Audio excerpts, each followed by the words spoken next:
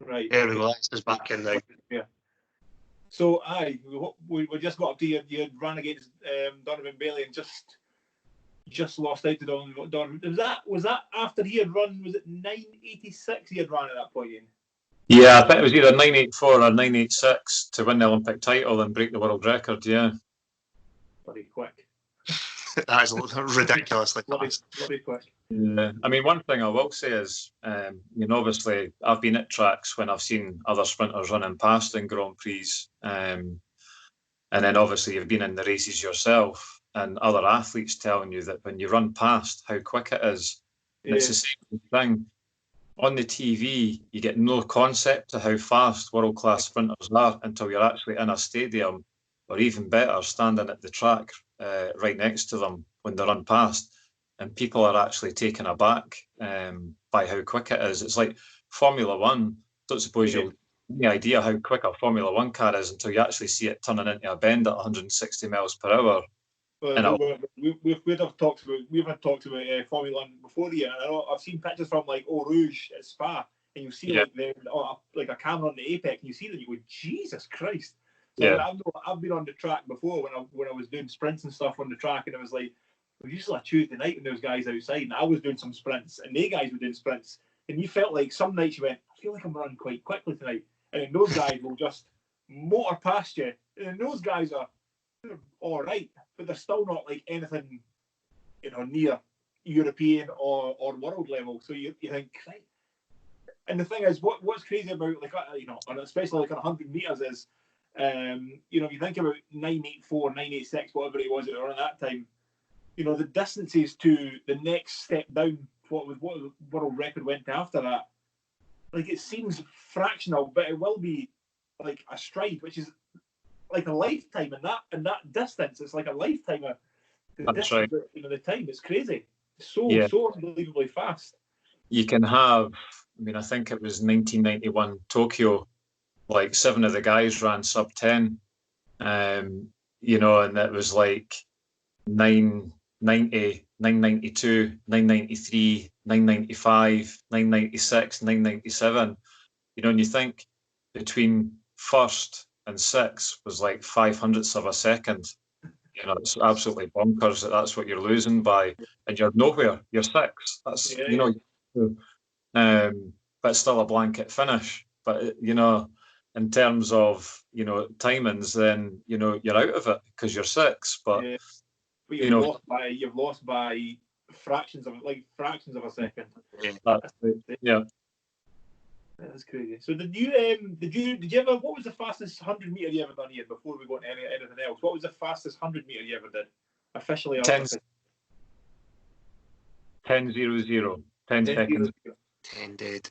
I would have been under 10 seconds if I hadn't been smart at the time. Well, I wasn't being smart, but I was in a way. Where I was running, the family and friends had turned up, and I was running again the next day. So I thought, it was the Scottish Championships at Meadowbank in Edinburgh, and wasn't the warmest of days, but it was decent enough conditions, and I knew I was in good form. I was running well, and I thought, oh, you know what, I'm running a Grand Prix tomorrow, so what I'll do is I'll use this as a nice run out. I'll just relax as I always do, and hopefully I'll win the Scottish title. So when I got to about 60 metres, I thought, yeah, I'm absolutely motoring, and I knew I had won the race. And I didn't normally do this, but I thought 20 metres out, I knew my family was sitting near the finish line, so I eased right off, hand in the air, looked over and waved, and as I crossed the line, I thought, did I see that right? And then my training partner, Gus, that was in the race at the time, came running up to me and went, did you see the clock? You've just run 10:00. And in my mind, right at that moment in time, I thought, you absolute twat. What? Straight through the line, because I've got the photo finished. I actually printed it off in colour for me, and they reckoned that from where I slowed down, if I had ran right through, I would have run like 995, 996. So, but that was my own stupidity. But I think 10 seconds is still the official time was actually 9.997, but they don't do 1/1000th of a second in athletics, so they rounded it up. So you did actually go sub 10. Yeah, it was 10, and it says that on on the photo finish, 9.997. Oh, does it? So Yeah. would that be the first white man sub 10 then? Unofficially, yes, it was. Yeah. Is it true? I think it's still the case as well. It's only, I could be wrong here, but I think is Christophe Lemaitre, or however you would pronounce it, still the only white sprinter to go sub 10 officially? The French guy. I believe there's a couple of them. There's yeah, Lemaitre has done it. I'm sure there's another, maybe one or two guys done it, but I can't remember who they are. I would need to look at the stats. I'm impressed that you know about Christophe Lemaitre, though. That's impressive. I'm a bit of an athletics geek in terms of that. Unlike, like Chris was saying, he watches the 100 metres and stuff. I kind of follow the Diamond League, the Olympics, the Europeans. Yeah. I'm a bit of an athletics. I watched the Christophe, whatever his last bloody name is. I remember watching an athletics, mate. I can't remember what would it be, but I was watching it with my dad, and as usual, there's a white guy there, and you're going, what's going on? And then he was like, Jesus Christ, this guy's quick. Like, probably that was maybe, because I think he'll be, in terms of sprint now, he might be getting on a little bit now, maybe mid-30s or something, I think. This was a while ago, and he was quick, really quick. Well, I mean, he was, making the podium and winning medals and doing well in the Grand Prix circuit. And when Usain Bolt was running, I mean, he ran like low 9.9 and 19.8. I mean, the guy could really shift. He was a really, really gifted runner. Really kind of strange technique, kind of a little bit scrappy looking. But he just had a phenomenal talent for sprinting. And he's retired now. The latter part of his career, he was ravaged with injuries, hamstring problems, and I think he ended up retiring, which is a shame because I don't think he really fully got the credit for how well he actually done. I mean, he's running in the boat career and holding your own. That's impressive. Yeah, that is impressive. That's really impressive. So what? Well, interestingly, you touched on it there. So, is it a very short window of time where you've got a peak in 100 meters? Is it the training, or is it the actual events themselves that are brutal on the body? What, because they don't have a very big window. Yeah. I mean, it's the training's punishing. I mean, in the winter time, nobody sees what goes on, in the off season, and it's all the repetition 300s, 250s, 150s on the track. Hill training, circuit training. There's a lot goes into actually running 100 meters, which sounds crazy. People maybe just think we just run 150 meters, but you have to build up your endurance and your strength over the winter time and speed endurance, kind of pre-season time, really round about this time of the year. So there is a lot of hard training goes on, and it is punishing. Obviously, there's a lot of heavy weight training as well. Sprinters are extremely powerful. As you'll see on the TV, there's some big guys out there, and it's all about, power cleans, bench press, the squats, like I say, the circuit training. It's also strengthening your tendons and ligaments as well while you're doing all this, because, like I say, you're running about 27 miles per hour at your highest speed. That's just for a short window. You reach your highest velocity between 60 and 70 meters. Yeah. Anything leading up to 60 is acceleration. Anything after the 70, you're kind of holding on. You don't see the deceleration, but it's kind of like a plateau that you're on. So to reach that speed from 0 to 60, it's like full acceleration in a car. You're putting under maximum revs, maximum power. Everything's getting worked right to the absolute limit. So the way I would say it is, I've seen guys at Petrivi, and whether they're going 100% or not, or whether maybe 80% or whatever, but the way that I would explain it is, you see them coming off the blocks, is it's violent. The way they, everything's exploding. You think that has got to be hard on everything. Has to be. Oh yeah, I mean, when you've ran like 10 seconds dead, the following day I couldn't even touch my knees. My legs were that sore. It does take a lot out of them. I know a friend of mine, Jason Gardner, who was the European indoor record holder for the 60 metres and went on to become Olympic champion in the 4x1 relay in Athens in 2004. He said the same thing. When he ran 996 with his PB, and he said for about 3 or 4 days he literally couldn't touch his toes, couldn't do anything, had to just stay off training because his legs were so sore from having run that speed. And yeah, it's really punishing, and probably 10, 11, 12 years is a good career span, for being a sprinter, and you reach your kind of physical peak 27, 28 years old. But to be honest, when I got to 30, when I decided, it was time to retire, my body just ached. It absolutely ached. I was going to the track. I knew it was time for me, to hang the spikes up, really, because my shins were aching, my knees were hurting, my quads were sore constantly, everything just hurt.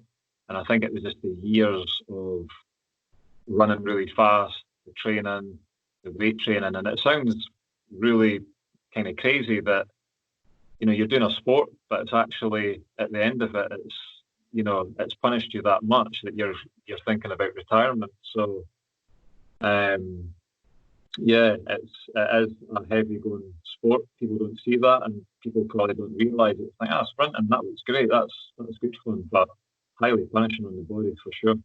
Yeah. I do think about it looks all right, 10 seconds of work a day, that sounds all right. Let's go with that. But they don't see everything in the background, as you say, the winter sessions, the general physical preparedness, building up the tendon strength, the weight training, the plyometrics that you must have done for that explosion that Chris was talking about. That's the bit that no one sees. And it's like the whole thing of, champions are made when no one's watching. It lies in that situation. Yeah, that's exactly right. I mean, like you say, people don't see the background work that goes in, and like even now to an extent, again, I know from former athletes and people that are retired, I keep in touch with a hell of a lot of the guys that I was on the Great Britain team with, and we've all kind of got issues now, like like lower back pain, ankle pain, just all the aches and pains. When I get up in the morning to go to work, and I go downstairs in the morning, I have to kind of now I know what a handrail's for.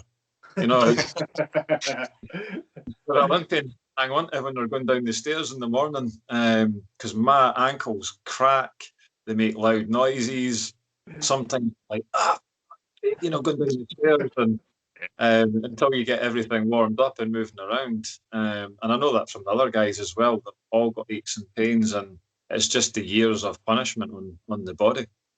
Yeah, this is why I'm glad I'm not an Olympian.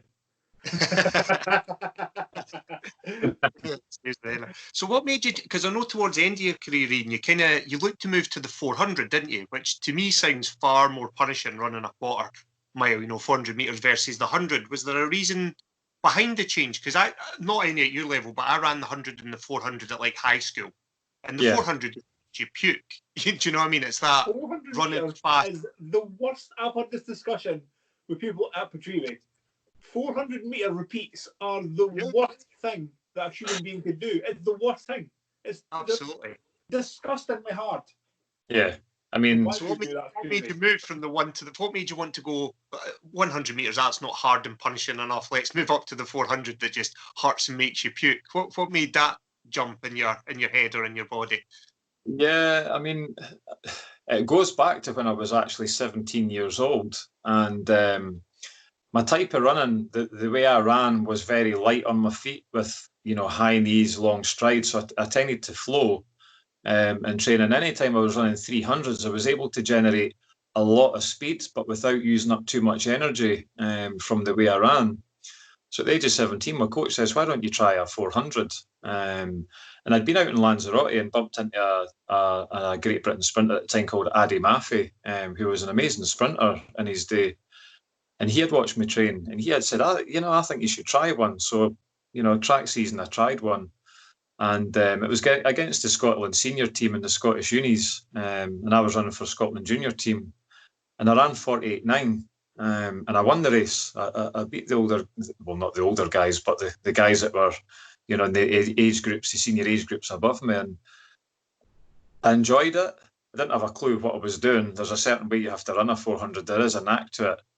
But I swore then I would never do one ever again because I was sick for about 40 minutes after it. I couldn't get up. I thought someone choked me in the bed. I've never felt pain in my head like that before. And I thought I'd damaged my hamstrings. There was so much pain from the lactic acid in them. And actually, I didn't think I was ever going to recover ever again in my life after running that. So I stuck to sprinting for all those years. But when I'd be away in, foreign countries, it was when I was training in Namibia with Frankie Fredericks, who was a phenomenal sprinter. And he says to me, "You should definitely be running 400. He said, you flow really well. He said, you've got the good build for it.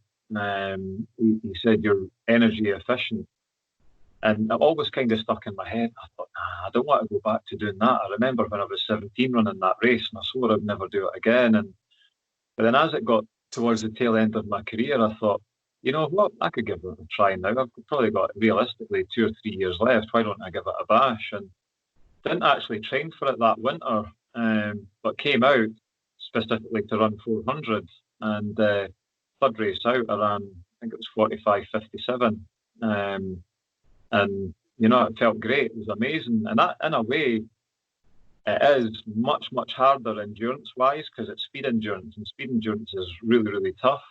But it's actually less stressful on the body because you don't explode out the blocks like what you do in a 100 or a 200. It's more of a controlled push out the blocks. And then once you're up into your running, the first 50 metres is really crucial. Get up to speed from your drive phase as quick as you can, and then settle into this. It's almost like a very rhythmic flow running style. So you're not running flat out, but you're probably running about 95% of your maximum speed per mile. Not a flat out, about 95% for 400 metres. Cool. Sounds tremendous. That's funny. It's funny because I don't think people have people always think that they're running really fast, but if you actually, I was doing, you've seen me before, Ian, doing 100 metres, and if you push absolutely every ounce of everything, like, one's enough. Do you know what I mean? So these 400s are just absolutely crazy. Trying to do 400s is something that I've done. I've done it more when I was boxing, and it was disgusting. And then like I say, I fell off badly after about 10 meters. No, after about 300 meters. But just the horribleness in it is indescribable. So I don't know. I don't know why. So are you the 400 record holder, Scottish record holder? Is that right? Not the Scottish record holder. That's a guy from back in the 80s called David Jenkins. I'm the Scottish native record holder, which means I've run the fastest 400 metres that's ever been ran in Scotland on Scottish soil. Right, okay. Cool. Second in Scotland is Brian Whittle, who again was a really good 400 metre runner. And I think, basically he should be the Scottish record holder because David Jenkins tested positive and he admitted when he ran the Scottish record that he was cheating. But it still stands as a Scottish record, even though he said, I was cheating when I ran that, but they've kept it as the record. Are you saying that people in athletics take steroids? It's fun. I've told you this before, Ian, in the gym before. But my old sparring partner, he always said, I don't think Usain Bolt. And he told me himself that the other 9 fastest guys in the top 10 of all time all failed a drugs test at some point, but Usain Bolt hasn't. He goes, I don't think. I'm going, come on. Yeah. So there was that other guy, of course, the 100-meter runner that won an Olympic gold, allegedly clean. Won't talk about him. When you're talking about from the 80s, that guy that was apparently clean.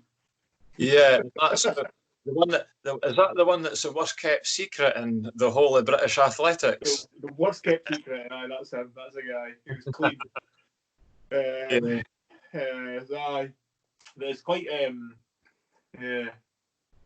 won't go into that. What was the skier? Who was the skier guy that failed the drug test? Alan Baxter with the old the Vicks inhaler. Honestly, it was an inhaler, mate. Right. He tested positive for like ephedrine and nandrolone through a Vicks inhaler or something, wasn't it? It's again, it's a strange one. It's you get all these weird and wonderful stories come out, and is this true? What's false? What's right? Very, very secretive. But the one thing is for sure, I mean, I learned early on in my career, unfortunately, that to become Olympic champion or world record holder, it's, you know, you're not going to get there by doing it clean, basically. Most of these guys are on a drug therapy program. It's all geared up to one specific window in the year, a 4-week window, and that's basically how it is. And at that point, I thought to myself, you know what, that's not really what I wanted to hear. But then it becomes a reality. But then I was just like, well, you know what, I'll keep on doing what I'm doing, not going down that road. That's not for me. That's not what the sport's about. The sport's all about being clean and, you know, it's sport at the end of the day. It's not about taking steroids and chemicals and things like that. I just couldn't get my head around that. Well, I can, and I did at the time because it's money, it's fame, it's fortune, it's being the world's fastest man or whatever event it is you're doing. But it never ever interested me. But yeah, I mean, you know, money has corrupted sport, and through all sports, there's loads of people at it in every sport. Yeah, always will. There's money involved. There will be corruption involved. That's for certain. Yeah, it's quite sad. It's quite sad. You know, like I don't know if you've seen it particularly. You know, in a season where I've watched guys, professional boxing and MMA guys where all of a sudden they just kind of take a real upturn and you just kind of go, come on, you know, it's a bit. You can kind of see what's going on, and it's you're going, come on, guys, we know what's what here. Yeah. We used to see it all the time in world athletics. I mean, there was a American sprinter that I'm not going to name, obviously, but I remember being in a hot country, and I'm not even going to say a year because it will give it away. It wouldn't take a rocket scientist to figure it out. So I need to be careful here, but we were in a nice hot country for a major championship, and a fellow teammate of mine said, "Oh, there's such and such," and I went, "Where?" He went, "Down there." He went, "I've just walked past him," and I was like, "Where?" And he's like, "Right there at the high jump mat. He's sitting doing his stretching." So I was like, "Nah, that's not him."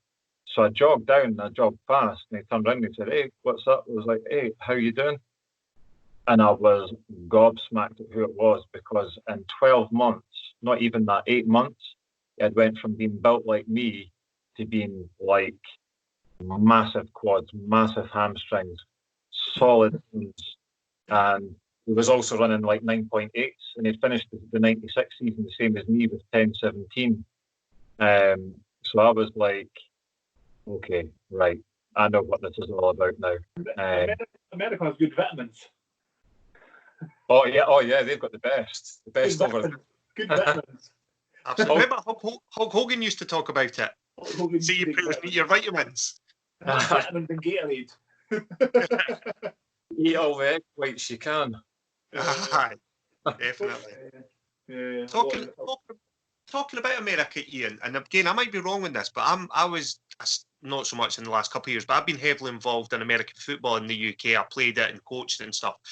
I'm sure your name was linked many, many moons ago now, and again, show me age, that potentially the Scottish Claymores were interested in picking you up. Is that right? Or someone was looking to get you involved in American football towards the end of your career? Or have I totally imagined that? I was asked about playing rugby sevens for Scotland by a coach that was in Carnegie Leisure Centre at the time. Right, okay. And, I think it was maybe about 5 or 6 years before I retired. And I just dismissed it at the time. I was like, no, listen, I run in straight lines. I couldn't be changing direction that quickly. My legs aren't designed for that. And I said, if I took a hit, I think I'd be bruised for weeks on end. And he was like, no, we could get you on the wing and give you the ball and you can just go for it. But I kind of dismissed it, and it never came up again. But maybe the stories got out somewhere or another. But I could have sworn I'd actually said to Chris when Chris had said he was going to get you on, we could have a chat. I was like, I'm sure Ian's name was linked back in kind of maybe 99, 2000, 2001 neck of the woods. The Claymores were. You were still running well at that point, weren't you? Yeah. I mean, that was 1998. That's when I ran the 10.00. I think I do vaguely remember back at that time hearing something about the Scottish Claymores, but again, I never, I was so involved in my own career. You kind of tend to, you just think, well, that's just a rumour. That's just something that I'm hearing. So it possibly is true. I mean, it's funny as well that you should say that, because from the age of 11, maybe, well, in fact, earlier than that, 9, 10-year-old, I've been a Pittsburgh Steelers fan. I'm a diehard Steelers man. So I'm not holding that against you, but that's fine. Oh, not American football, Jesus Christ. You're a Steelers man. Oh yeah. My son's really into it as well. He's a Giants, and he likes the Seahawks as well. But yeah, I absolutely love my NFL. Have done for a long time now. I'm just interested, as I say, I'm a Bears fan for my sins. Again, showing our age that we like teams like the Steelers and the Bears. That probably gives you an idea roughly of how old I am as well, back in, Super Bowl 20 and the Super Bowl Shuffle with Peyton and the Fridge and all those guys. But I was convinced I had seen your name linked. And again, it might have just been one of those ones where I knew a few of the Scottish guys that were involved in the Scottish Claymores as the national players. And maybe it was just one of those ones where, I mean, they used to train in like Scotstoun, Meadowbank, probably places you frequented as well for the lifting. That was one of the few places you could go and do actual Olympic lifting back then. Yeah. And it was maybe just one of those ones where, it'd be great if we could get you, like, imagine Ian as your kick returner, which is pretty much just running straight lines and don't get hit. And maybe they were thinking that, like, give the ball to Ian at the back, let him run past people, it'd be amazing, eh? But interesting to hear officially that no, there was nothing ever in that chart. Yeah, I mean, you can imagine someone like Cam Chancellor running at you. You wouldn't want that to be smacking into you. But, you'd want to dodge that one.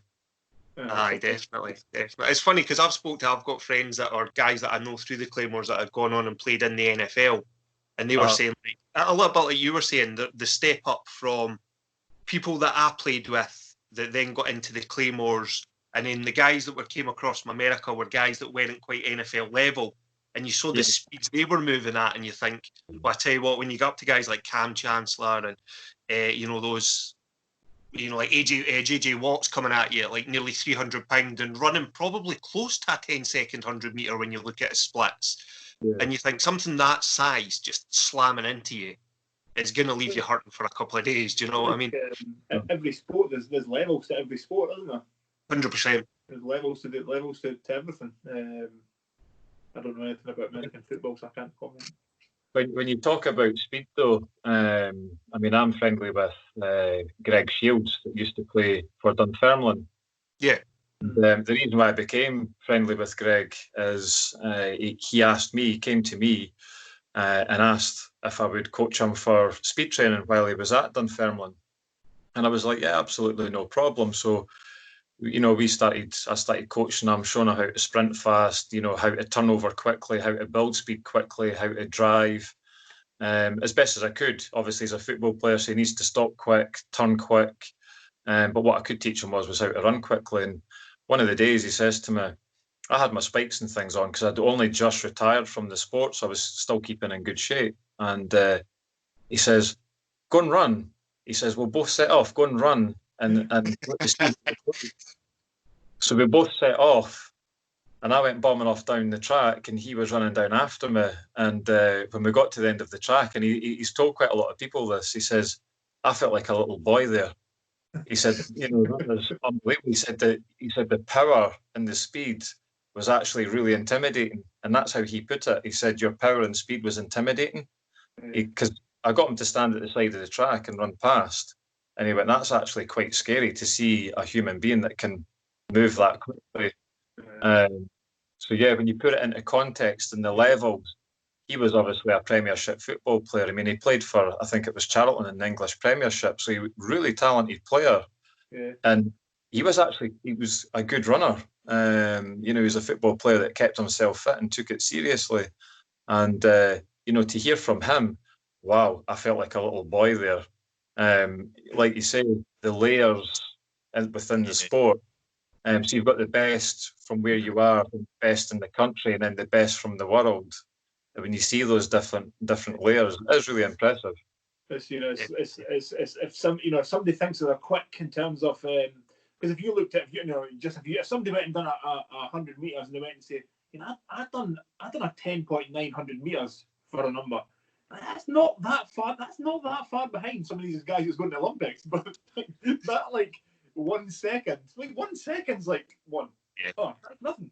In terms of actually moving, that is, you know yourself, Ian.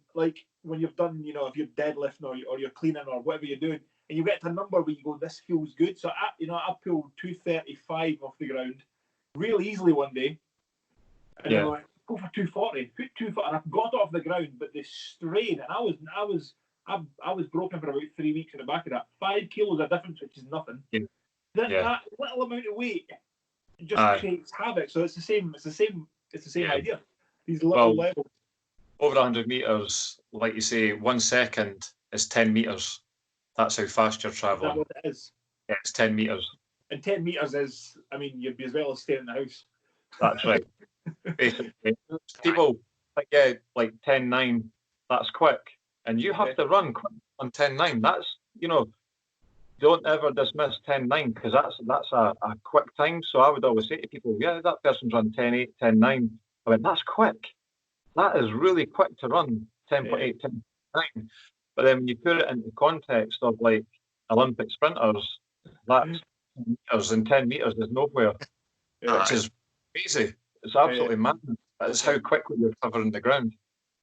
Are you also saying, though, when you're saying 10.9, that's quick, are you also thinking in your head, oh, that's cute? I'm dead fast eating, I run a 10.9, you're like, oh yeah, that's fast. No. 10.9. I think, because when I was about 16, I ran 10.69 as an under 17. So, Nice almighty. Yeah, that's insane. Yeah, that's what was your best 200 time, Ian? 20.64. I never capitalised for some reason in the 200.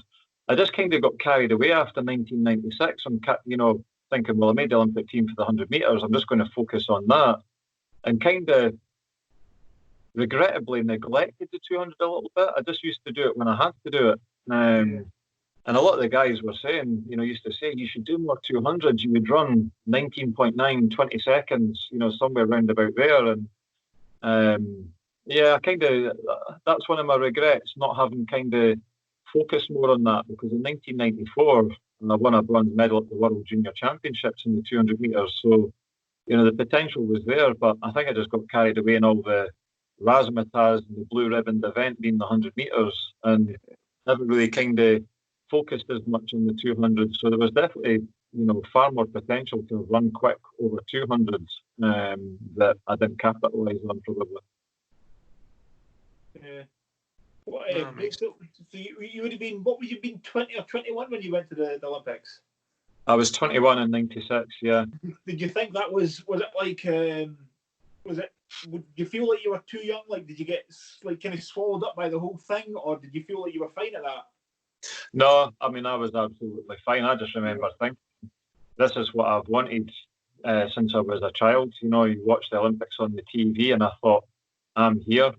And I thought, well, you know what? I've went through a whole, a season of preparation races, the Olympic trials. I've made the team, and I've made the team on merit, so I deserve to be here. And I just thought, you know what? I'm just going to give it my best shot, because anything can happen. My dreams are already coming true because I've made it on this team. So why not go further? I believe in what I can do. I believe in my coach and all the training that he's given me, John McDonald. Coached me all my career, an absolutely amazing man. And I just had belief in everything that was being done for me, coaching wise, and being on the Great Britain team, all the staff on there. And I thought, no, I'm entitled to be here. And yeah, I know I'm only young, and the fastest in the world are here, but hey, they've got 2 arms and 2 legs like me. They're here to be beaten. And they're here. They're wanting to win. I want to win. So I'm just going to do it everything I can and just give it my best shot. it's always interesting to hear that, just because certain people deal with things in a different way, and because that's quite a young age still. It'd be quite easily to get intimidated by even just being. Did you see Muhammad Ali lighting the torch, or did you see any of that stuff? Yeah, we had to watch that on the TV because, being track and field, you're one of the first events on after the opening ceremony. Right. So, we're kind of away from that at the training camp, because that whole process of being in the Olympic opening ceremony, when you see the athletes from the country coming out, it goes on for about 4 or 5 hours, and you're on your feet for that whole time. That's a massive procession. So in track and field, I always say, no, you're not going to that. Which I wouldn't have wanted to go anyway, knowing how long you were hanging around all day. So, but yeah, I mean, we watched that from our training camp. So we did see the whole opening ceremony. It would have been nice to have been sitting in the stadium and watched it. That'd be quite cool. Yeah, we watched that from the training camp. Cool. Interesting. How was this is a question I've always wanted to ask someone that's been there. What's the Olympic Village actually like in terms of, they talk about the Olympic Village where all the athletes stay. Is it like the party central everyone talks about? Is the accommodation okay? Like, I've always kind of have a picture halfway between like a college dorm and like a decent hotel is the kind of thing I'd be thinking for the rooms, and then a college dorm possibly for the atmosphere, because obviously you've got a lot of, in the grand scheme of it, relatively young athletic people kicking about, Yeah, well, that's it. I mean, in terms of accommodation, 96, we were staying in apartment blocks. So it was actually a village that was going to be in Atlanta. So, when the Olympics was finished, everything gets taken away. But those apartment blocks were still there. So people would move in because it's proper streets and, avenues and things like that. So the accommodation was absolutely fine. I mean, like I say, we were staying in an apartment. So it's like living in a big flat with 4 bedrooms in it. They're actually really, really big. So yeah, in Atlanta, Sydney in 2000, that was actually, we were staying in a 5-bed detached house. And that's where everyone was staying. They were like big luxury houses, and just no one had moved into them yet. They were obviously built for the Olympics, but then after the Olympics were finished, then people would move into that area. And trust me, it was a really nice area. So in terms of accommodation, it was actually really good. The accommodation both times was excellent. But yeah, I knew a few guys who had went to Delhi for the Commonwealth Games in 2010, and I think that they were not great. Some of them not great. I think they were particularly great, but so how did the Olympic cycle work? Was it like a 4-year block from Olympics to Olympics, and there was like a qualifying period and all that kind of stuff? Is that how it worked, Ian? Yeah, I mean, basically, after the Olympics, 97 was the World Championships, 98 was the Commonwealth Games and the European Championships, 1999 was the World Championships again, and then 2000 you're back to the Olympics. So, there's a major championship every year. Right, okay. For the Americans, they always got that year where they just competed on the Grand Prix circuit. They never had any major championships because it was European and Commonwealth year. So they would have that. So looking at it like that, it's quite tough actually throughout your career, because every year there's a championship to target for. Yeah, that's a busy schedule. There's not really a lot of possibility of downtime. You're going to have to be constantly working. Yeah, absolutely. I mean, in a 12-month athletic program between competition and training, I got 4 weeks off at the end of the track season. That's the only time I had off, was 4 weeks at the end of the track season, just to let my body recover, rest up. When I say rest, I wouldn't even run across the road if there was a car coming. I refused to run anywhere. I just had a rest, Yeah, so don't get me wrong, you train 6 days a week, so you get your 1 day off a week in between, and then when you were travelling and competing, then the training was a lot lighter, but you were still running, you were still obviously sprinting fast, so you're still pushing the body to the limits. But yeah, it's full on. It's absolutely full on. I can imagine. So were you at that point? Were you just full time? You're just full time athlete. Yeah, that was my career from 1996. As soon as I made the Olympic team, Mizuno, who had sponsored me from the age of 19, they came along, obviously with a nice retainer for 4 years, and bonuses, and obviously I got all the kit, the shoes, the spikes that I ran in were made for my feet. So everything was tailored, which was really nice. But yeah, that was basically my profession from the age of 21 to when I retired at the age of 30. And that would have been before like the lottery funding and stuff as well, wasn't it? Because that came in after that, if I'm right. Because that kind of was in the build up after. Was it 2000 that kind of all started kicking in? It actually kicked in a wee bit earlier than that. It was like 97, 98, I think it fully kicked in. So up until that point, really your money came from the Grand Prix circuit, your personal sponsorship deals. I was sponsored by the Bank of Scotland and the Daily Record as well. So I had money coming in from there, and any personal appearances that you done, you got paid for. So, that's how you made your income. But the main one for me was my shoe contract. And when you ran on the Grand Prix circuit, you got an appearance fee, and then on top of your appearance fee, you then got bonuses for, first, second, third, fourth, through to eighth. So every race that you ran in the summertime on the Grand Prix circuit, you were well paid. Not compared to the Olympic champion. And what you were getting was, in relative terms, peanuts compared to them. But, if it was a weekly wage, it was absolutely crazy. What you were like, oh, my God, I've just been paid for something I absolutely love doing, and look at the money that's just been wired into my account. That's absolute madness. So, it was good that way. I know.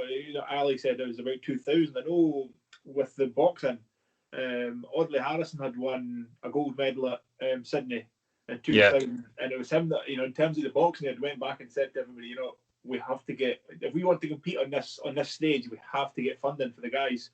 So, Audley Harrison's one of those guys that, in terms of the boxing, but he got ridiculed a lot in his career.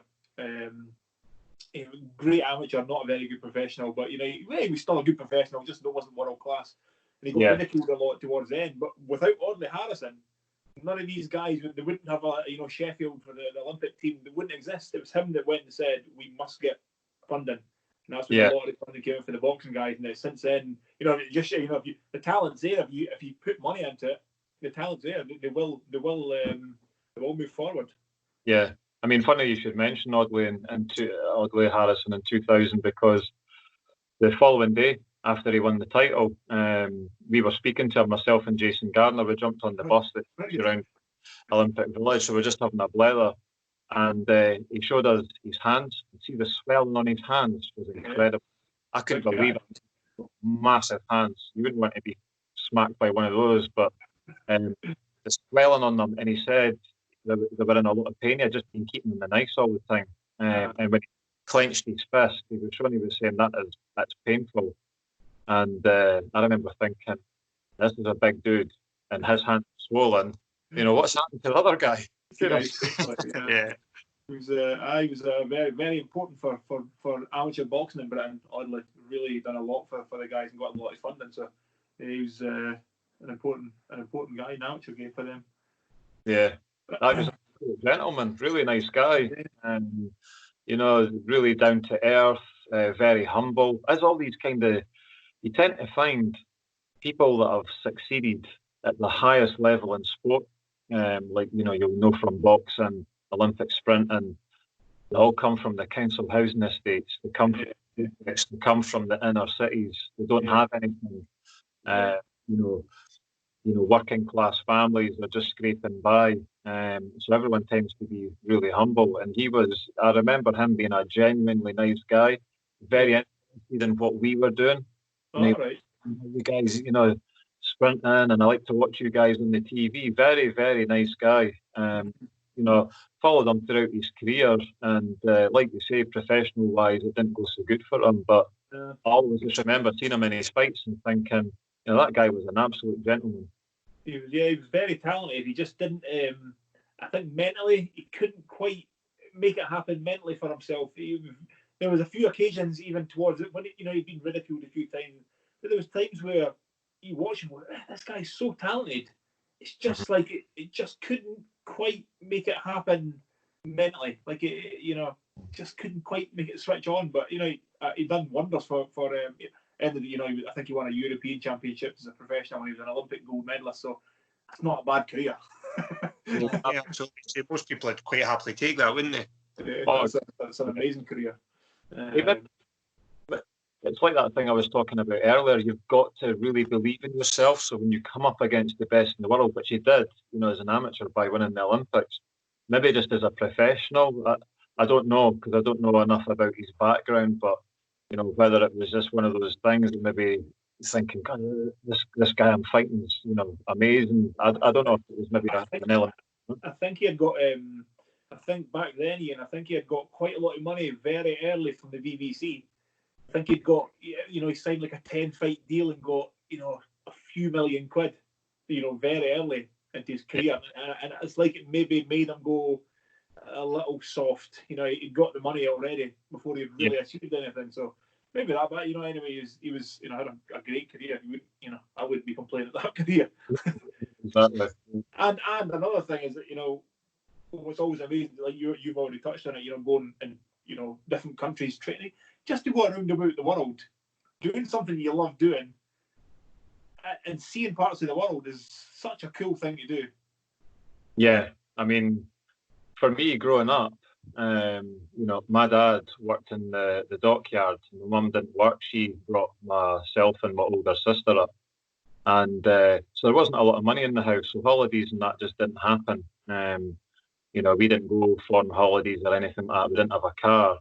So this, foreign holiday thing was a real kind of like, oof, that's for the rich and the elite, going and doing all that. And I always had this fascination. I wanted to see the world, and I wanted to know what the world looked like, and what's America like? These big fancy cars and great weather and amazing sports people and that. And when I started running well, and then realised, wow, I'm starting to travel the world. First major kind of international race when I was 17, I ran for the Scotland senior team in Israel. And at the time, quite a scary place to go to, Tel Aviv. You land at the airport and you go past a bus stop and there's tanks sitting at it, and you're like, this place is quite dangerous, I think. Don't even have this where I'm from. Did I not scare the rest of the boys? Were you being for Abbey View if you were scared? I was taking it all in, and I'm like, it's like being in the neighbourhood. But, and you realise, that the sport is opening up a world to you. And I mean, I've been around the world probably 2 or 3 times. I've been absolutely everywhere. And the thing is, you're getting flown there, you're on business class flights, you're staying in beautiful hotels, and you're thinking, is this real? You have to give yourself a pinch sometimes. You're going to Australia, you're going to America, the Middle East, Africa, all over Europe. And you're going to countries that you would maybe not necessarily ever visit as well, smaller places, unusual places round about Europe. And for me, it just opened up a whole world of opportunity, world travel, and I absolutely loved it. I couldn't wait to get on the next plane and go, across the Atlantic or, Africa or Australia, places like that. So for me, athletics gave me a way to see the world as well, which I would probably never have done. I wouldn't have been to half the places that I've been to if it hadn't been for athletics. So it's made me a very well-travelled and kind of cultural aware of all the places that you've been to. So it's absolutely amazing for that. Sport's a great thing. I've got to say, it's great for kids to get involved in, not just for the fitness, and you've got the social side of it, but if you do well, obviously traveling's the thing that I wish that you could get, and I've seen a few guys, different sports or whatever, even now Ali would probably tell you this, doing jiu-jitsu, some of the MMA guys, is you wish you could really make them believe in themselves that if you knuckle down at this at an early age and you live the life as a 16-year-old, as a 17-year-old, you really can do something, and you can. I'm not going to say you're going to make 100 million quid or you're going to be a world champion, but you can go and see the world and do things you would never get. it's trying to get a young guy to believe that, to really believe that. So that's why it's like a guy like you, who's a local guy, came from Abbeyview, and he's done it. He's walk the walk. That's really, really cool. Yeah, I mean, I've been over the years since I retired into a lot of primary schools and went back to my old high school and done talks in front of the whole school and saying, look, I think a lot of kids, when they think that they're from a council housing estate or an area where it's not big private houses and it's all nice looking, and they come from an area that's run down, that they think that there's maybe no opportunity for them, or they'll never succeed in life. So I've always got great enjoyment going into schools and saying, see this area that you live in? I lived in an area exactly like this. I said, I grew up in a really rough council housing estate. And, my dream was to go and run for Britain in the Olympics. And that's what I done. And I achieved that because I believed in it. I worked hard. I was dedicated to it. And that was my dream, to go and do that. And I've done it. So I can tell you that dreams do come true. That was my dream and it came true. So any one of you sitting in here, whether it be something that you want to do in terms of a job, a career, or if you are thinking about sport and you're quite good at sport, don't let ever anybody talk you down or say that you'll never go there or do it, or to become an Olympic athlete is really, really hard. Obviously it is. I mean, that's why it's so special. But someone's got to do it, so why not you? Any one of you sitting here could be like, I'm fired up. I'm going to put my shoes on and go for a run in. You've got me going here. It's true though, and I think it's what both of you said. It's an important message that a lot of just kids generally could do with hearing, regardless of the age. I've got 3 kids here. I've got a 10-year-old daughter and 2 teenage boys. And messages like that coming across, coming from areas, that maybe aren't the let's say the most fancy. Let's go with that. We'll stay with that as our word. And they can still achieve. They can still do things. And there's a massive history going way back in most sports of kids coming from working class areas. Whether it's boxing, Chris, whether it's athletics, whether it's American football, it tends to be the kids from the rougher backgrounds that tend to do well in the sports.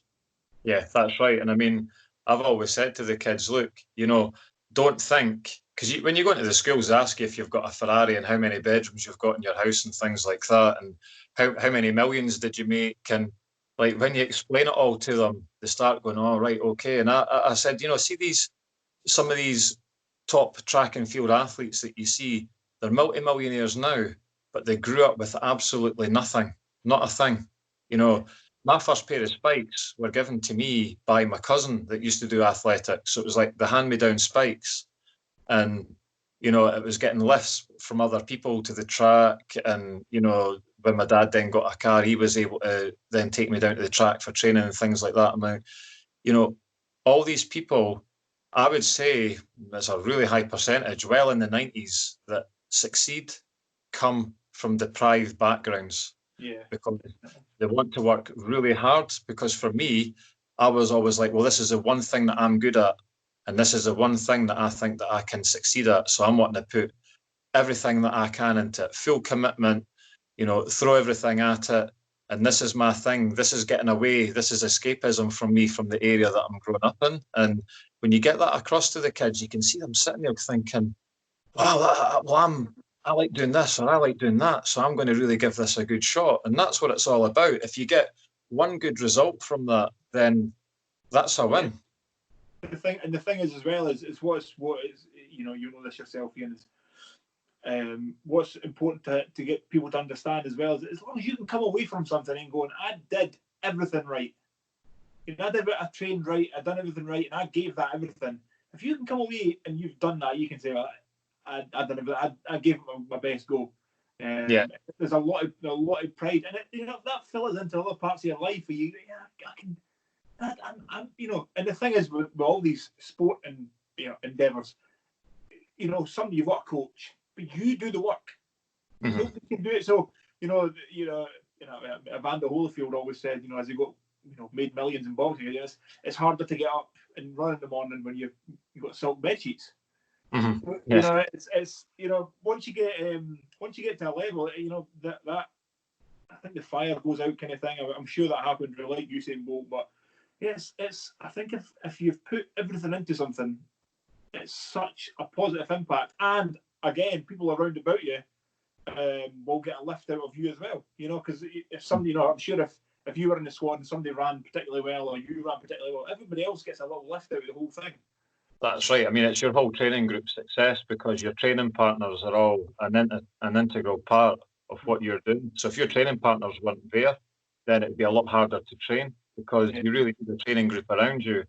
And, certainly your coach as well. I mean, I used to constantly thank John McDonald, always say thanks for, coaching, thanks for what you're doing for me. And he always used to say to me, oh, no, don't worry about that. It's you that's doing the work. I can't make you do it. It's you that puts in all the effort. But always just felt as though, it wasn't just my success. I was happy for him that he was coaching me, and this was the result of his knowledge and his coaching that producing, the results of me running quickly. And we had athletes of all ages in our training group from the age of 14 right the way through to the age of 40, maybe a little bit older. And I always felt as though this is a group success. So any success we had, it reflected on everyone.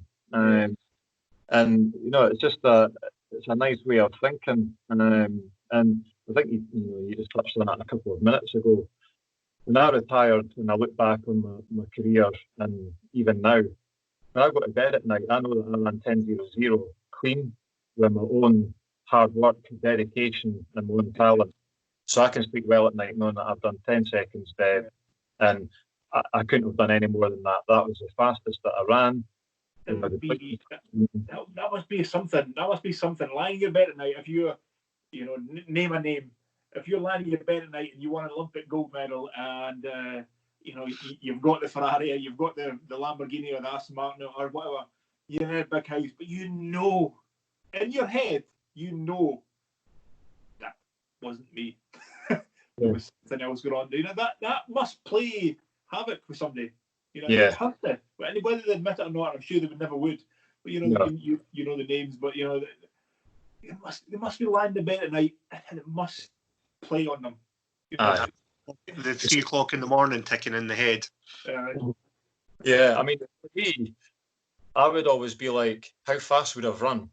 Because, if you were cheating, you'd be always like, I ran that. But see, if I didn't take those chemicals, what would I have actually ran? Would I have been that good? Would I have just been a 10.2 runner, a 10.3 runner? I could never live with that. I would absolutely hate that, thinking, well, I've only ran that quick because I was taking things that I shouldn't have been taking.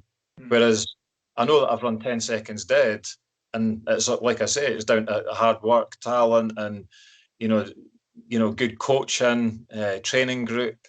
I just could not live with it. And plus, my kids, they do athletics now, both members of the Petrivi, and I know that they look at me and go, oh, God, Dad was at the 2 Olympics. And they like looking at all the memorabilia, video footage and newspaper and magazine cuttings and the Olympic kit and stories and all that. I think I would be if they were going, Dad, that's amazing. Then you go like, yeah, that's great. Yeah, but, and in the back of your head, you're like, that's because I took that. Then on this day, I took that. The doctor came in and made sure that this was okay. And oh no, I couldn't be doing with that. That would mess with my head, I think. Your entire life's based on a lie. It's not real. Yeah, it's a lie. And as you say, imagine if it was the other way, and you had, whoever it was had eventually, tested positive, because they can pull tests now from, 2 or 3 Olympic cycles ago that, the testing's getting that good. And imagine then you have to turn around and say to your kids, well, actually, I did cheat. And you think, what's that going to... You know what I mean? As a parent, you want to set the right example for your kids. And I know, like Lance Armstrong, he said, Lance Armstrong said, when I listened to him once, and he was saying, the only thing that I regret is denying that I took something. Yeah. That's what he goes, well, everybody else was doing it, so I wasn't really cheating. And the only thing he regrets is when they asked him, were you taking steroids? He said, no, absolutely not, and got annoyed about it. And he goes, that's the only thing, because he knew that he was cheating. Yeah. It's one of those things, but it now makes you, like you're saying, I don't have any kids, but imagine at some point in your life it came out that you had cheated, and a dad is actually a cheat. Yeah. And that would have to be so destroyed, so bad on everybody around about you that you were actually a cheat. That's, but of course, it is happening. It still is happening. It did happen, and it will continue to happen. Oh yeah, I mean, be totally devastated because you would be looking at your kids thinking, so my kids now think it's okay to cheat in life. That's what I'm thinking. And what a horrible, horrible thing to have in your life that your kids think, oh, Dad cheated, so that must be okay. When it obviously when it's not. I mean, the Lance Armstrong thing. I told a friend 3 years before he was caught exactly what he was doing because some of the doctors that were involved in his program were involved with track and field athletes. A couple of high-name Americans, and he was like, no, I've read the autobiography. How can you say that this guy's amazing? And I went, this will come out, give it 3 or 4 years. And I says, trust me, this is too big. And I went, and he is too arrogant. I went, it will come out. And 4 years later, he phoned me, I can't believe it, it's come out. He said, you told me this 4 years ago. I said, I told you this was going to happen. Even you're in that level, it's not hidden from you because they know that they're cheating. But they also know that you're clean.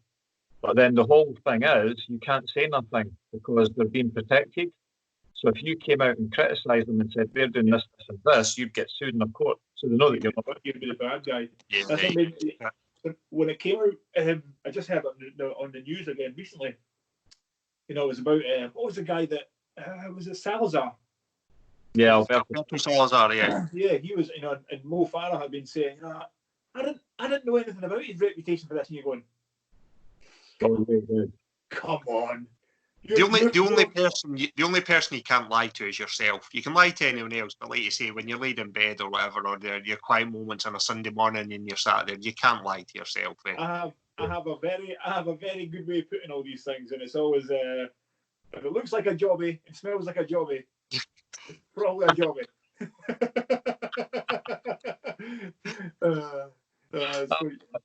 That's a great analogy. Great way of putting things. That is the most Scottish way of putting things. Exactly. If I ever make it big and I'm on the telly, I will use that. I tell you what, jobby is the most Scottish thing you're ever going to get, isn't it? Jobby. The word fish, which my English friends used to think was absolutely brilliant language, fish. They would go around saying, We'll maybe subtitle this last bit for our international audience.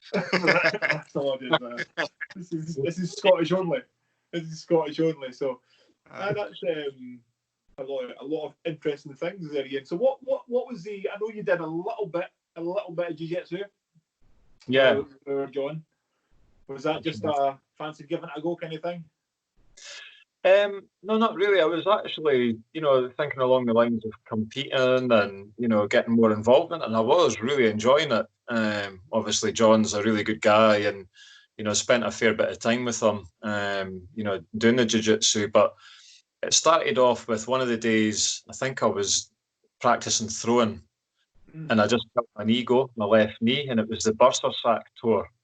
So it was like, I almost felt like little ball bearings, like, floating around in my knee. It was just a little,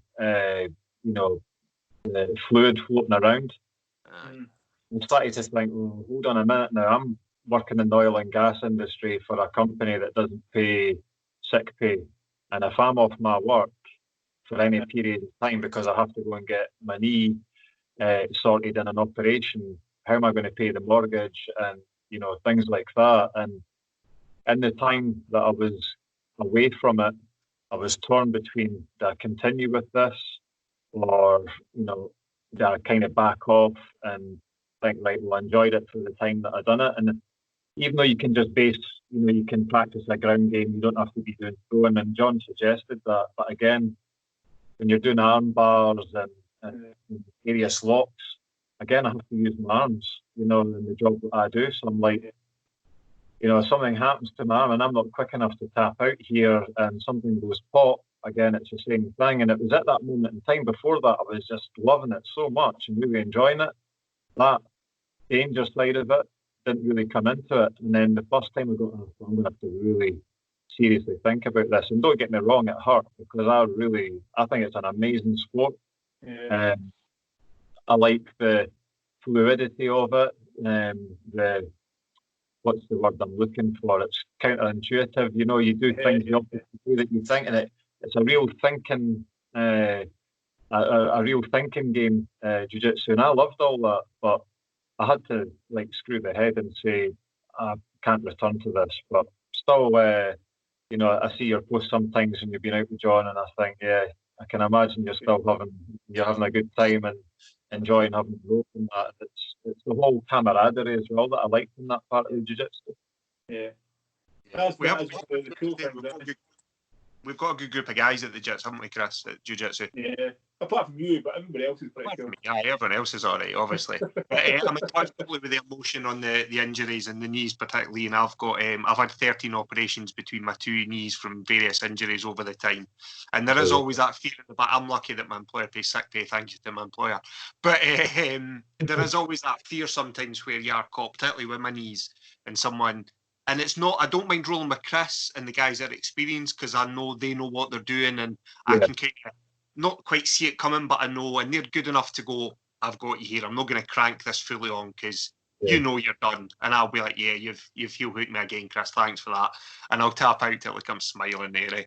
And but it's sometimes with like the guys that are just starting and they're full of that strength and energy, and they're, you know, I'm an older guy. They're all young, dumb, and full of cum and flying about and cranking and ripping, and that's when I get the fear about my knees. And there's some guys I just won't roll with for that reason, or I'll say, look, if we're rolling, as soon as you grab a hold of my leg, even before you start doing anything, I'm just going to tap because I don't want you.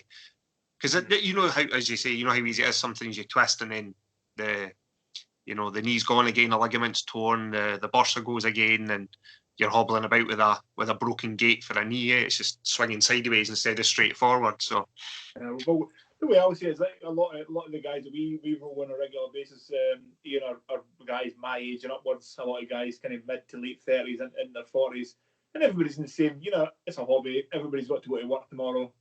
Yeah. Some of the younger guys are a bit.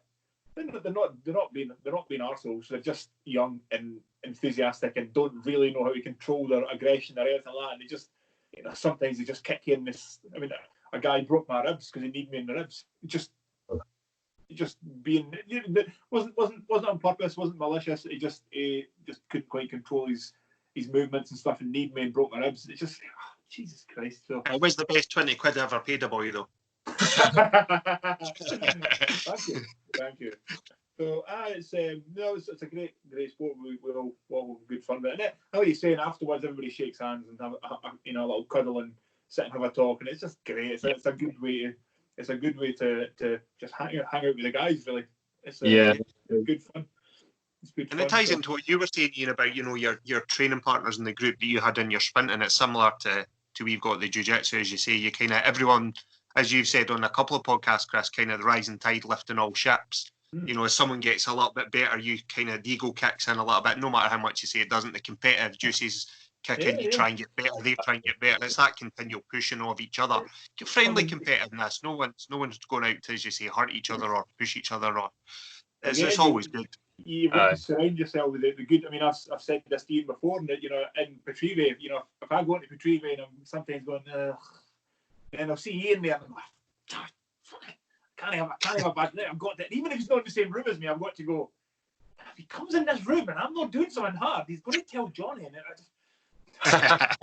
it's, you know, it's having the right people around about you make you level up, essentially.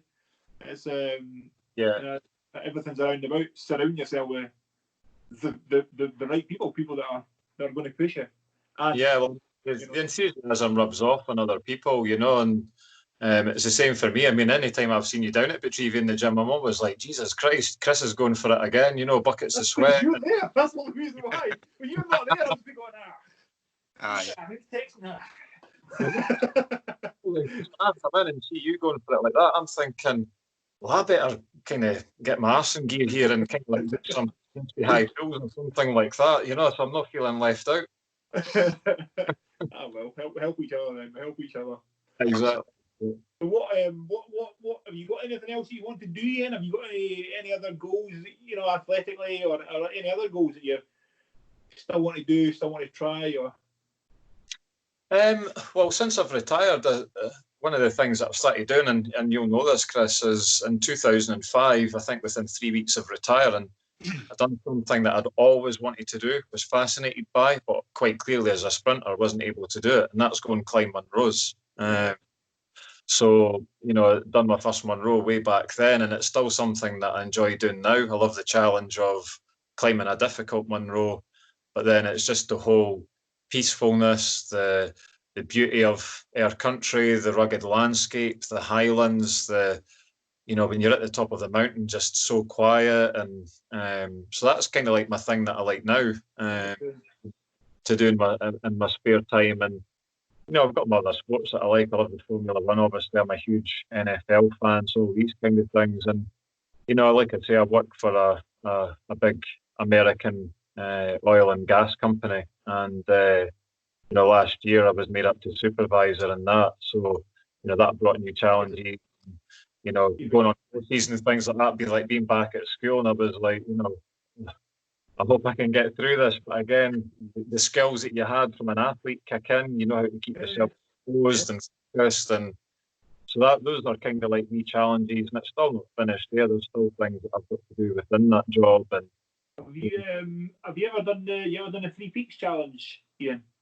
I've not done anything like that. It's just kind of like myself and a couple of friends here and there that kind of say, in 2 weeks we'll go and climb this one or that one. Yeah, I'm lucky that I can do these things, but I'll just say this Saturday or Sunday I'm going to go and climb this hill because I want to, and just go and jump in the car and do it. But the Three Peaks is always something that I don't think it's that crazy a challenge, but it's always something that I've always fancied doing, and we should maybe get a few years to do it at some point. Johnny would probably do it, and yourself and a few guys, and go and do it. It'd be fun.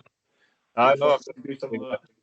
I've heard about that one. To be honest, at first, when I first started climbing with a friend, he had done quite a few. I think he's almost finished them now. And I was absolutely breathing out my arse. Being a sprinter, your lung capacity isn't anything for endurance. And after 30 minutes, I was thinking, I said, how far do you think we've got in terms of time? And he was like, probably about another hour and a half yet. And I remember thinking, well,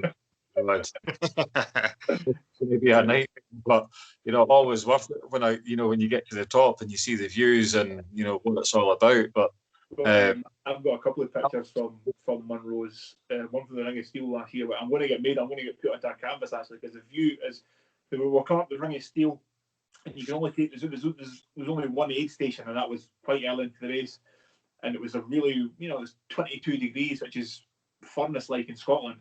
And we're climbing the last climb to the top of the last Munro. Sorry, the climb up there was horrible. I had no water. Your mouth's like sticking together because you're totally dehydrated.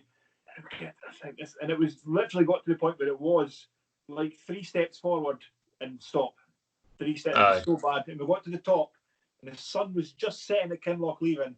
And I took a picture, and I just look at the picture probably once a week now and look at it and go, what an unbelievable place. And I could have quite easily I quite often do, just climb a hill morning at sunset and just watch the sunset and just go, this is amazing. Yeah. It's so peaceful, and you just gather your thoughts, and it's one of my favourite things to do. Yeah, no, I mean, I couldn't agree with you more on that. Like I say, I think we've chatted about this before. When you get to the top, I've done a few sunset ones as well, and it was just absolutely stunning. And you actually feel proud to be Scottish and what Scotland about, and the beauty that we have in this country. And to be honest with you, I'm missing it right now. Hopefully. Well, as soon as we get out of lockdown, we'll get back to the jiu-jitsu. And the first thing I'm doing is just taking a weekend and going. I like the Isle of Skye, so I'll probably go back. I know Ali was talking about this up there as well. Him and his wife are up there. Is go to the Isle of Skye and just climb some Munros up there.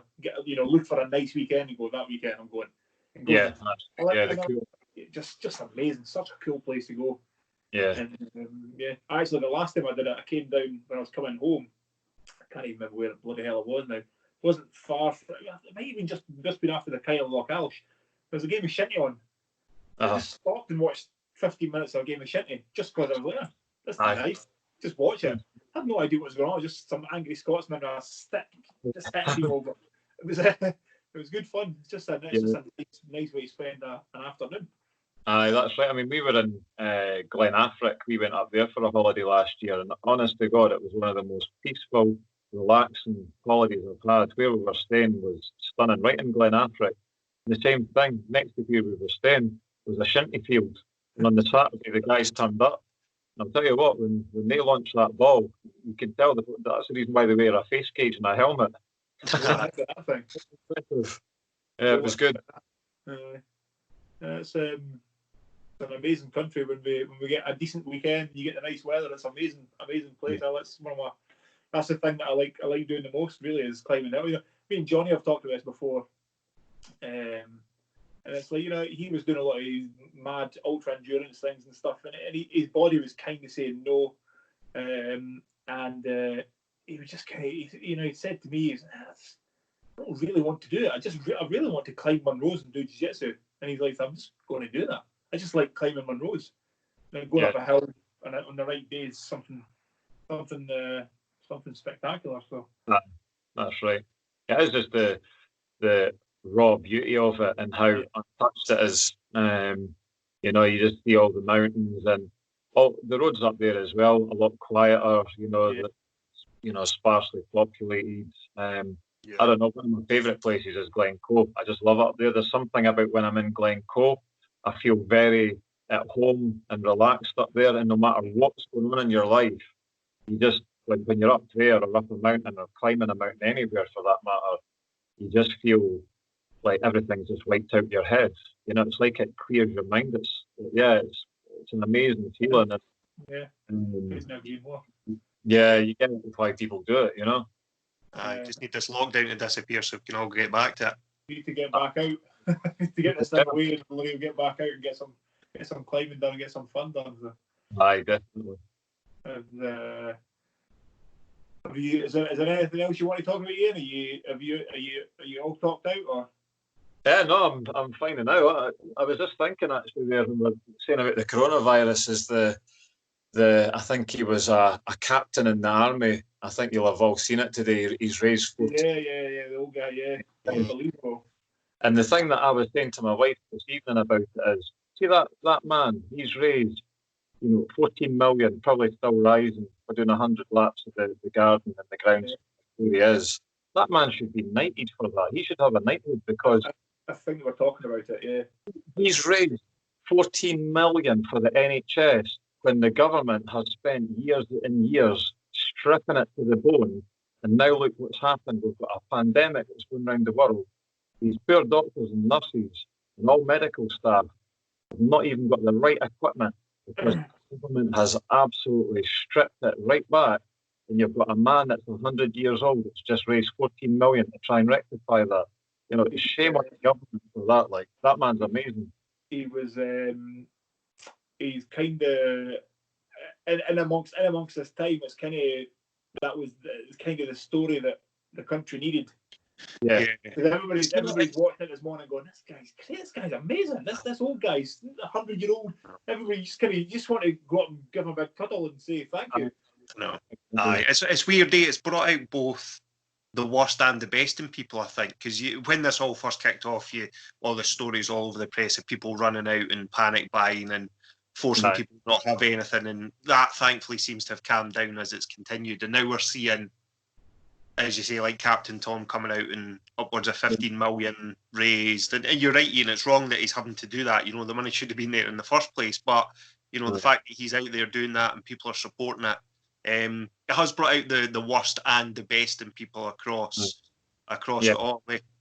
Aye, I think, if that doesn't inspire people of all ages, I don't know what will. I just think, take my hat off to that man. He's fought in the world wars, and to come out and do that and raise all this money, it's absolutely brilliant. In all the meantime, you've got MPs, if I'm right in saying this, have been given a £10,000 bonus each for sitting at home and working from home. That's, if that's true, that's the last one I heard. But then you've got a guy at 100 that's raising, 14, 15 million, to help the NHS. why didn't they put all that money, instead of giving them a bonus, ram that back into the NHS? And actually, you know what? You lot take a pay cut and then put that money into the NHS. I know that I think in New Zealand the MPs had took a temporary pay cut or something.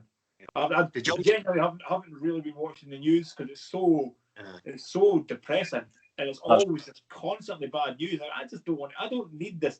This negativity in your life is not good for you. So I really haven't watched it, but I think they took a pay cut or something in New Zealand. But, New Zealand are a really interesting one as well because they took their lockdown ridiculously early when you look at everything else. So most of Europe shut down around 5,000 cases. We shut down at 6,300, I think, or 6,500. New Zealand shut down at 330 cases and they had 1 death. And that's from the lockdown now because they just put it in place really, really early. Yeah. They just kind of looked everywhere else and thought, actually, I think it's time to let's start shutting down here. Yeah. I mean, it seems to have made a difference for them massively compared to, certainly mainland Europe and now us getting hit with it so heavy, and especially America. Like that east coast of the States has just been absolutely decimated. Like, I know you wouldn't have maybe seen it as much, Chris, but like New York City with like literally mass graves, just like dug in an island. It's been incredible, incredible in the worst sense of the word, if you know what I mean, to see it happening. Yeah, I mean, I think I'm a bit like yourself, Chris. I always watch the news. I like to maybe, before I went to my bed at night, maybe watch 10, 15 minutes just to see what was going on in the world and, see what was the latest. But in the last 4 weeks, I've not had the news channel on once. It's just wee pop-ups that you get on your phone that I see things, or if the wife's chatting about something. But it is all doom and gloom. And the reason why I know about New York is I have a friend that lives there. My friend David that I went to school with, he's got a very successful business. He's about a 30-minute train journey outside Manhattan in a place called New Rochelle. And that is the epicenter of everything that he was telling me. He said, this is where all the worst cases are. He hasn't been out of his house for weeks now because of it. Getting stuff delivered. He said it is really, really bad there. Really bad. Is it a population thing, do you think, though? Because obviously New York is, like London, is a massive population, really jammed in, whereas New Zealand is quite like Scotland. Yeah. It's very spread out. And when I go out for my runs and stuff on my cycles, I'm seeing 2 people, 3 people. You don't see anybody. Yeah. So I wonder if definitely will have played a part, undoubtedly, population density. If you're sitting with New York City where, even in the surrounding area, as you're saying, in the kind of suburbs that are within half an hour, if you take that whole area into account, you're probably pushing on towards, I don't even know, I don't even want to think, 15 million maybe? I don't know. Yeah. And then you look at London with the estimated 7 million, which is basically the entire population of Scotland banged into, inside the M25 almost. Yeah. You've got that density. It's going to jump from person to person really quickly. But then in China, because Dan was there when Dan told me he was going to Chengdu. Chengdu is a city I'd never heard of in China, and that's a London-sized city in China that you just never heard of. And they're saying that they had 85,000 cases and 3,000 deaths, and you're going, it's not even logical. That was where it started, and they've got and in terms of the population, very few cases. It just, that seems something doesn't add up with that at all. I'm not really buying into a lot of the crazy conspiracy theories with the whole thing, 5G and everything is nonsense, all that kind of stuff. But their population to the cases is just like something doesn't add up. It just doesn't add up. Aye, I mean, I think the Chinese are very secretive as it is anyway, so you're never going to get the true numbers from that country. They'll hide a lot of things. The same with Russia as well. They say they've got X amount of cases. Well, who knows? Because you're never going to get the right information from them. They'll hide a lot. Figures will be here. Yeah. They won't tell you anything. So again, I've seen a lot of people saying a lot of things on Facebook and all these. Facebook's kind of bad for this as well. It's as bad as the news, but people saying things that they don't even know to be even half true. And kind of avoid that as well for the last little while. It's such, we've just went from talking about beautiful sunsets in Scotland and being like at peace to talking about watching the news and during the pandemic and being on Facebook. And you just go, this is so depressing. I know. On the flip, as we said, Captain Tom, though, nearly 100 years old, I think tomorrow they were saying it's certainly his 100th birthday coming up. That was his target, to do the 100 laps by his 100th birthday. You should probably get selling knighthood. It's amazing. Just a sweetheart of a man. Yeah, exactly. But again, you have to say this because, I've just said Facebook's really poisonous and social media in general is quite poisonous. But then without social media, his little campaign would never have took off. So there's the good thing and the bad thing there on the same platform. So did you hear the story about when he first set up the challenge? They started it as a family challenge, and he said he was hoping to raise £1,000 as a stretch goal. £1,000 as a stretch, and now he's up at 15 million because he said he just thought it'd be his family and friends. And then it got picked up by the news, got picked up by social media, quickly goes viral. I'd seen something today, they were saying that he's had donations from 86 different countries around the world, all picked up on it. So he smashed his goal by a good bit. A factor of magnitude. It's just unbelievable. I think it's an incredible achievement, and good on him for doing it. And I'm so glad to hear that he has raised that kind of money. It's just it's absolutely amazing. I really do think that's amazing. It's brilliant. Really good, feel good news story that everybody kind of needs right now because everything is just doom and gloom. It gives the whole nation a lift. He's some guy. I'm sure the old women in the local town will be chasing after him. He's a celebrity now, guard of honour for when he done his last lap. And that. I know, I've seen that. The military went down and gave him a guard of honour, which is super cool. Hopefully he gets to sell a knighthood while he's still alive. That'd be pretty amazing. And you know what? Even the way he dealt when I watched, because I was at some place today and they had the telly on a garage or something, and even when they were talking to him, I listened to it for a minute. And, he's not talking about it like he's now a rock star. Or he's just a man who fought and he signed up to go and fight for his country in a world war, and he's just like, well, I'm just trying to do my bit. Yeah. He's just kind of like so casual about the whole thing. Like, the spirit of the Blitz kind of thing. Well, let's just get on with it.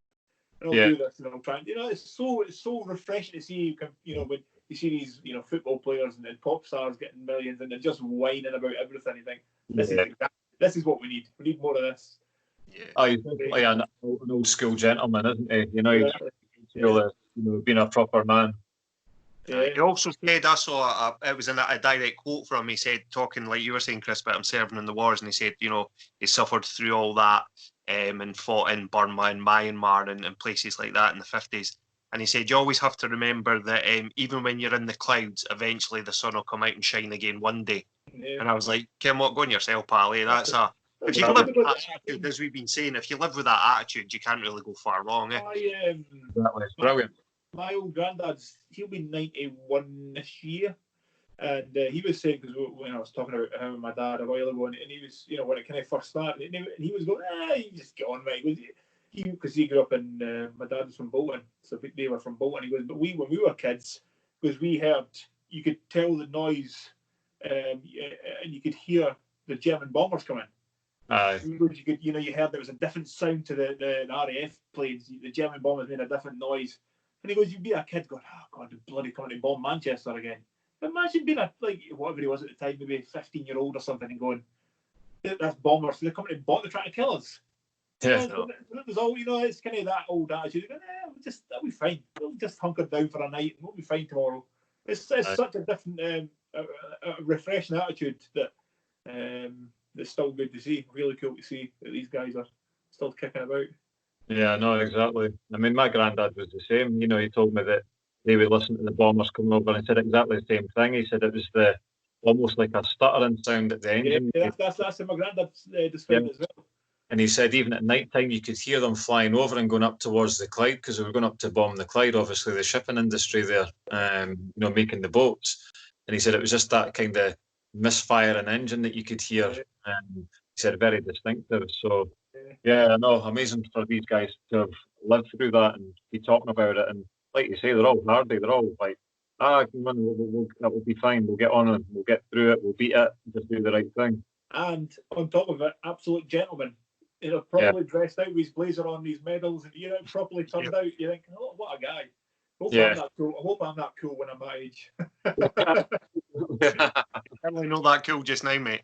Oh, well, I'm not, but I can only try. Right, gents, I have to crack on. I've got a few things to do in the house. I'm an hour and a half talk here on this part and about 20 minutes on the first part. So we're pushing on towards 2 hours of just chatting there, guy. Oh, it didn't feel like long, to be fair. Oh, time flies, eh? Time flies. It's nothing like a good blather, as they say. It was fun. It was very, very, very funny, and there was some good stuff in there. So I've enjoyed it. Really enjoyed it. It's been good. It was definitely good. Well, we'll if we continue to do our silly little podcast, you can come back on at some point again in the future, and we'll have another good blather. Aye. Other than that, I'll see you at Preview at some point soon, hopefully. Exactly. We'll get through this, and we'll have stuff to talk about at the other side, as they say. To moan about the other side. Absolutely. I'm just going to stop recording now, guys. Thanks very much, Louis, and really enjoyed that. Nice to meet you as well virtually. No, nice to meet you as well.